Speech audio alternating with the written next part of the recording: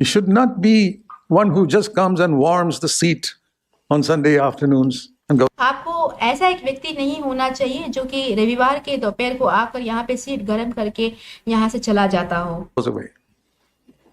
You say, Lord, have you got some function for me आप कहिए, प्रभु मेरे लिए कोई काम है यहाँ to build this church, to encourage? ताकि मैं इस कलीसिया का निर्माण करूं, प्रोत्साहित करूं। And finally, teachers.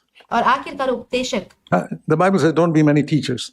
That's a special gift that God gives to some people to explain the scriptures. और बाइबल कहता है कि बहुत सारे लोग शिक्षक ना बने। ये एक खास तरीके का वरदान है जो कि परमेश्वर कुछ लोगों को ही देते हैं ताकि वो वचन जो है, पवित्र शास्त्र जो है, उसकी व्याख्या विवरण दे सके। Don't try to be a teacher if God has not called you to be one. यदि परमेश्वर ने आपको एक उपदेशक होने के लिए बुलाया नहीं हो तो आप एक शिक्षक बनने की कोशिश ना करें। And I want to go on from there to say these are people who equip the saints. और यहाँ से मैं कहना चाहता हूँ ये ऐसे लोग हैं जो कि पवित्र लोगों को सिद्ध बनाते हैं to build the body. So ताकि वो मसीह की देह का निर्माण करें। Notice here it says these are not the people who build the body. They equip the saints. और यहाँ पे क्या कहा गया है, ये लोग नहीं है जो मसीह की देह का निर्माण करते हैं, वे पवित्र लोगों को सिद्ध बनाते हैं। Verse 13. वाक्य 13। Verse 12. क्षमा कीजिए, वाक्य 12। To build the body. ताकि वो मसीह की देह का निर्माण करें। So every one of the saints is to build the body, and these 5 gifts are the ones who equip the saints to build the body of Christ. तो ये जितने भी पवित्र संत लोग हैं वही परमेश्वर के मसीह के देह का निर्माण करते हैं, और ये जो 5 वरदान वाले लोग जिनको परमेश्वर नियुक्त करते हैं वो इन पवित्र लोगों को सिद्ध बनाते हैं। Every one of us have a responsibility to build relationships with each other. Wherever you see a relationship broken, और यहाँ पे हर एक किसी का एक जिम्मेदारी है कि हमें एक दूसरे के साथ रिश्ता कायम करना है। यदि आपने कहीं भी कोई रिश्ते को बिगड़ा हुआ, आपका रिश्ता किसी के साथ बिगड़ा हुआ देखा, between you and somebody else, you must restore it as soon as possible. आपका और किसी और के बीच में रिश्ता जो है वो खराब है तो आपको जल्दी से जल्दी उसे सही कर देना है उस रिश्ते को। We'll come to that in a moment. हम उसमें थोड़ी देर में आएंगे। Until we become totally one, the unity of the faith, जब तक कि हम सबके सब विश्वास में एक नहीं होते, to the measure of the stature of the fullness of Christ, और परमेश्वर के पुत्र की पहचान में एक ना हो जाए। Now there's a lot concerning the body here, but I just want to mention one thing. और यहाँ पे शरीर के बारे में बहुत सारी चीजें कही गई है, पर मैं एक चीज कहना चाहता हूँ खास रूप में। It says in verse 16, the whole body being fitted and held together by that which every joint supplies. और यहाँ पे 16वां वचन में कहा गया है जिससे सारी देह हर एक जोड़ की सहायता से एक साथ मिलकर और एक साथ गढ़कर। Do you know the importance of joints in the body? क्या आप हमारे शरीर में जो जोड़ है उसकी महत्व को जानते हैं? See, this arm has got a joint up here, the shoulder. देखिए ये जो हमारा हाथ है उसके ऊपर कंधे पर यहाँ पे एक जोड़ है, another joint at the elbow, और फिर बाद में हाथ की घुटने की तरफ एक जोड़ है, another joint at the wrist, और फिर हथेली के यहाँ बाजू में यहाँ पे जोड़ है, and each of these fingers have got 1, 2, 3 joints here, 1, 2, 3 joints here, 1, 2 joints here. There are और फिर ये जो हमारी उंगलियां हैं वहां पे 1, 2, 3 जोड़ है, 1, 2, 3 जोड़ है, फिर 1, 2 जोड़ है। so many joints ऐसे बहुत सारे जोड़ है in just this one hand, सिर्फ एक हाथ में ही। and the joints are fellowship between two people. और ये जो जोड़ है वो 2 लोगों के बीच की संगति है, where they can work together. जहाँ पे वो साथ मिलकर काम कर सकते हैं। For example, you can have a very strong lower arm, उदाहरण के तौर पर आपका जो निचला जो हाथ है वो एकदम मजबूत होगा, and a very strong upper arm. और एक ऊपर का जो हाथ का जो भाग है वो भी मजबूत होगा। But if the joint is not working, यदि आपका जोड़ काम नहीं कर रहा हो, you won't be able to do anything with this arm, तो फिर आप इस हाथ के साथ कुछ भी नहीं कर पाएंगे, because the joint does not bend. क्योंकि ये जो जोड़ है वो झुकता नहीं है। So how does this joint function? Think of you with another brother. You are a strong brother. तो आप ये जोड़ फिर काम कैसे करता है? आप ऐसे सोचिए कि आप एक भाई के साथ है, दूसरे भाई के साथ। Here's another strong brother. और यहाँ पे दूसरे एक मजबूत भाई हैं। That's good. But if these two strong brothers don't have a joint between them, ये अच्छी बात है कि दोनों ही मजबूत है, पर यदि ये दो मजबूत भाइयों के बीच में ये जोड़ नहीं है they are useless. तो फिर वो बेकार है। It speaks of that which the joint supplies. It's not just the arm and other two strong brothers, but the fellowship between them. और यहाँ पे कहा गया है कि दोनों एक साथ गट कर, यहाँ पे दो भाई का होना नहीं, परंतु इनकी जो संगति है, दोनों मिलकर जो यहाँ पे जोड़ जो है उसके उस जोड़ की सहायता से मिलकर काम करते हैं। How does this joint work? ये जोड़ काम कैसे करता है? When this side the muscle pulls, the other muscle is yielding. जब इस तरफ का जो मांसपेशी है वो खींचता है तो दूसरा जो मांसपेशी है झुकता है उसके लिए। And when this muscle pulls, this is yielding. और जब ये मांसपेशी खींचता है तो ये दूसरा मांसपेशी जो है उसको सौंप देता है।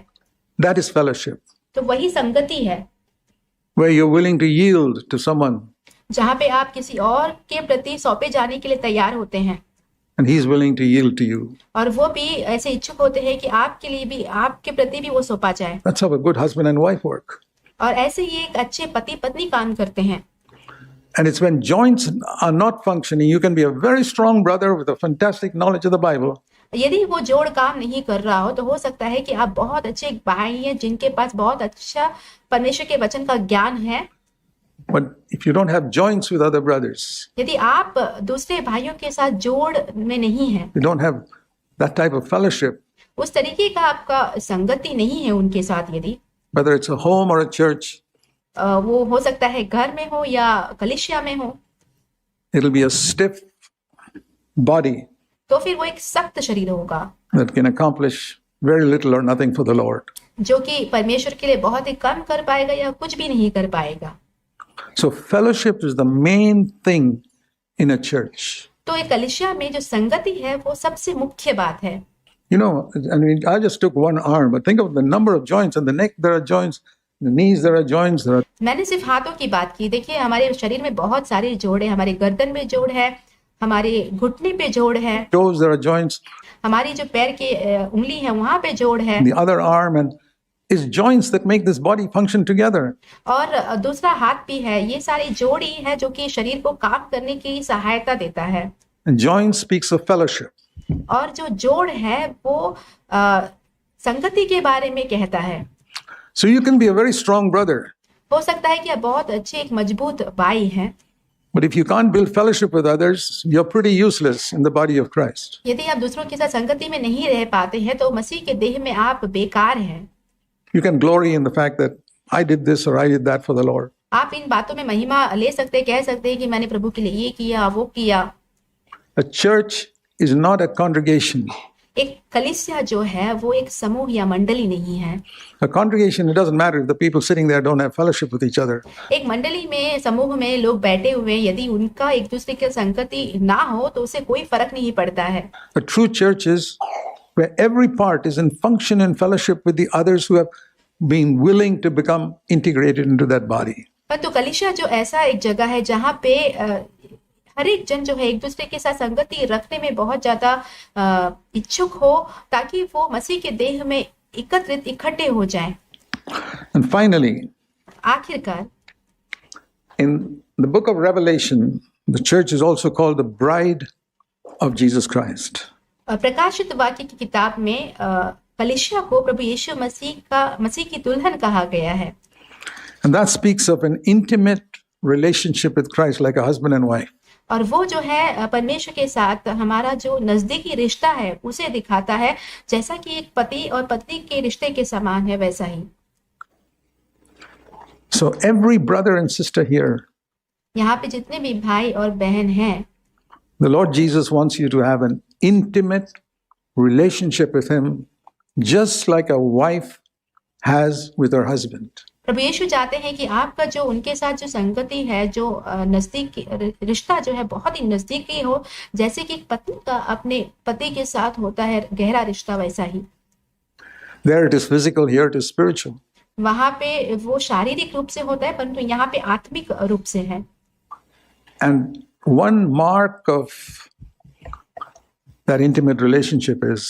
और वो नजदीकी संबंध का एक चिन्ह ऐसा है, If you go to a husband and wife a day after they were married यदि आप कोई पति पत्नी के पास उनके शादी के एक दिन बाद जाएंगे and you ask the wife something like, what do you think your husband do in this complicated situation? She say, I don't know. यदि आप उस पत्नी से जाके पूछें कि ये जो गड़बड़ी मामला है इसमें आपके पति होते तो क्या करते, तो वो पत्नी कहेगी कि मुझे नहीं पता, And she got married yesterday. मेरा शादी तो कल ही हुआ है। You go to that husband, if they're really living in good fellowship, you go to that wife 10 years later.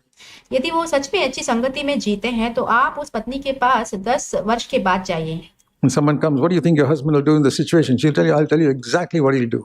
यदि कोई आकर पूछे उस पत्नी से कि यदि आपके पति होते तो ये इस मामले में क्या करते, ये जो उलझा हुआ मामला है उसमें क्या करते, तो वो पति कहेगी कि मेरे जो पति है वो क्या करेंगे वो मैं ठीक ठीक बताती हूँ। That's a wife who's got to know her husband. ऐसे ही पत्नी ने अपने पति को जान लिया है। I want to ask you, have you got to know Jesus like that? मैं आपसे पूछना चाहता हूँ कि क्या आपने प्रभु यीशु मसीह को वैसा ही जाना है? Every one of you. आप में से हर एक जन, When you're newly converted, okay, you can be forgiven. आपका अगर नया परिवर्तन हुआ है तो आप क्षमा किए जा सकते हैं। know what the Lord will do in this situation. आप कह सकते हैं मैं नहीं जानता कि प्रभु इस परिस्थिति में क्या करते। But if you've been walking with the Lord more and more, यदि आप प्रभु के साथ बहुत ज्यादा ही चलते जा रहे हैं, ज्यादा से ज्यादा, the evidence will be, you'll be able to say, I know what Jesus will do in this situation. उसका प्रमाण ये होगा कि आप ये कह पाएंगे कि मुझे पता है कि यीशु होते तो यहाँ पे अब क्या करते। I know what Jesus will do मैं जानता हूँ कि प्रभु यीशु क्या करते in this complicated situation. ये जो उलझा हुआ मामला है इसमें। So I pray that will be true more and more in our life, मैं प्रार्थना करता हूँ कि ये बातें जो है हमारे जीवन में ज्यादा से ज्यादा सत्य होते जाएं। and that all the things, there's a lot more in the new covenant. और भी बहुत सारी चीजें हैं नई वाचा में। I pray that it will become really true in us so that we are not just called New Covenant Christian Fellowship, मैं प्रार्थना करता हूँ कि सारी बातें सच में हमारे जीवन में सत्य ठहर जाए, ताकि हम सिर्फ एक नई वाचा की कलीसिया कहलाए ही नहीं जाए, but we actually become the New Covenant Church. पर हम सच में ही एक नई वाचा की कलीसिया हो जाएं। Amen. आमीन।